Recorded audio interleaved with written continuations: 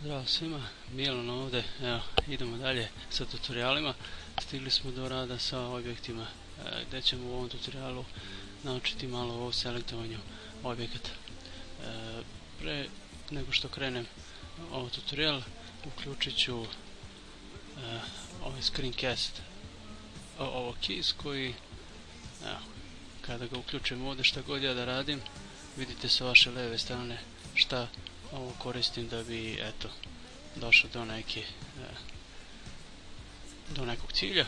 Evo, znači, kao što smo rekli, u ovom user prefixima, u add-onsovima se nalazi taj screencast keys. Najlakše je da ga nađete, evo, pošto je on već na neki način ovdje. Evo, tići će na primjer negdje, čisto da ga ne vidimo, i kad ukucamo ovdje screen, idem na all, automatski će on da vam pokaže gore da li postoji nešto koji neki add-on koji sadrži ovo ime.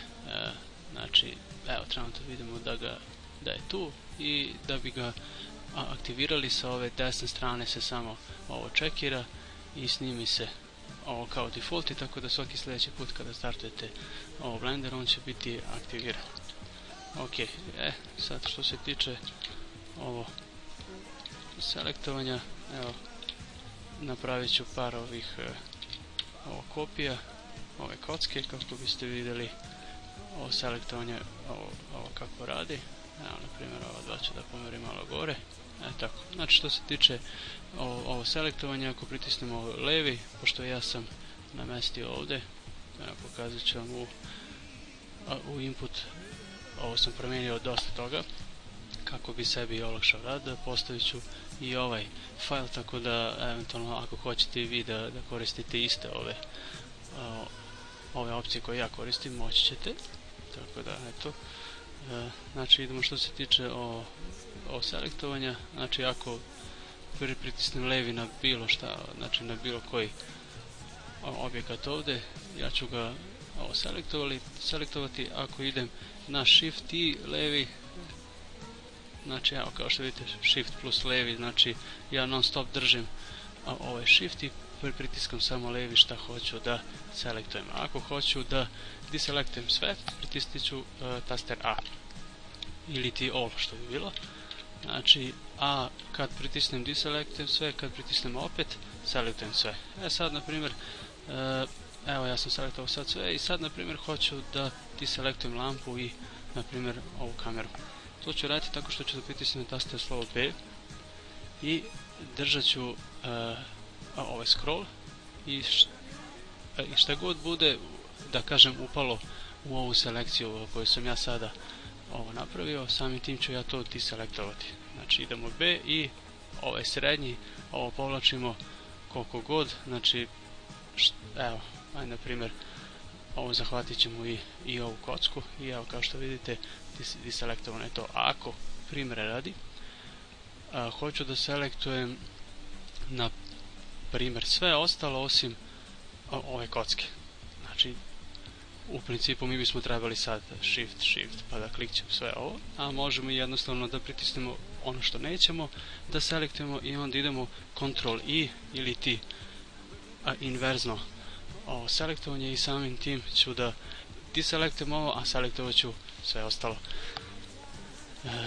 Znači, stigli smo do, znači, ja deselektujem sve. Ako pritisnemo B i idemo levi taster, i znači, evo, šta god upadne u ovu selekciju bit će ovo selektovano. Ako idemo B i ovaj srednji, on će, znači, to da ovo deselektuje ovo šta god upadne u ovu deselekciju.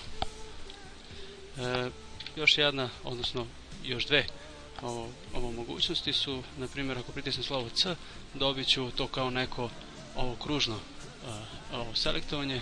Ako idem ovo scrollom gore i dole, vi vidite da ja povećavam taj neki radius za selekciju. I sad, evo, primjer radi, evo, ću da stanem ovdje, ako pritisnem ovo levi taster, selektovat ću to sve. Ako hoću, na primjer, ovu kocku da ovo deselektujem, morat ću taj radius da ovo smanjim i da pritisnem ovaj scroll. Evo, znači kao što ste vidjeli, idemo opet, evo na primjer hoću da deselektujem to i hoću na primjer da deselektujem to. Znači to je to što se tiče ovog kružnog selektovanja. Znači generalno mogu da selektujem ovako na primjer sve, ili mogu redom, znači da idem na slovo C, pa sad smanjim, pa onda levi to.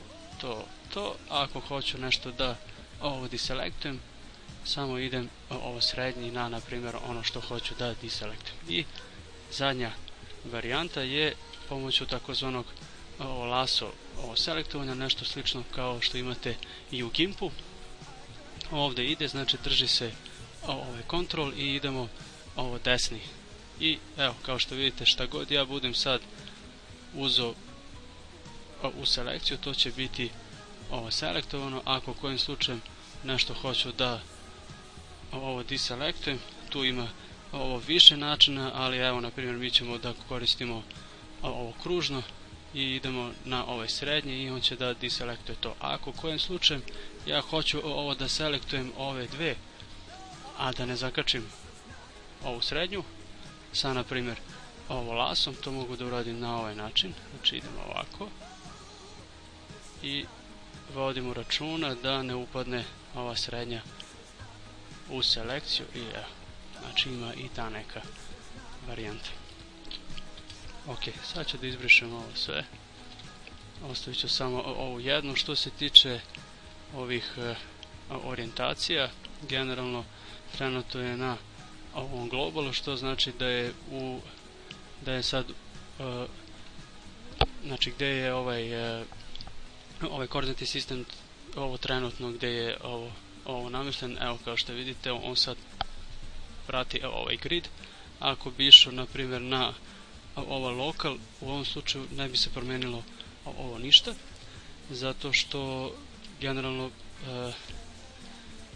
za to bi morali evo na primjer da je ovo rotiramo za ovo 45 stepeni, i ako bi sad išao na ovo lokal, znači sad bi u stvari ova orijentacija bi išla u pravcu gdje su usmjerene ovo normalne ove kocke, odnosno u prevodu ovo normale su znači usmjerene u odnosu na znači ovaj deo ovdje gdje je znači usmjeren on, to je na ovo parče ovo kocke, tu će biti usmjerene i ovo normale. Tako da evo vidite kako ja menjam ovdje samim tim.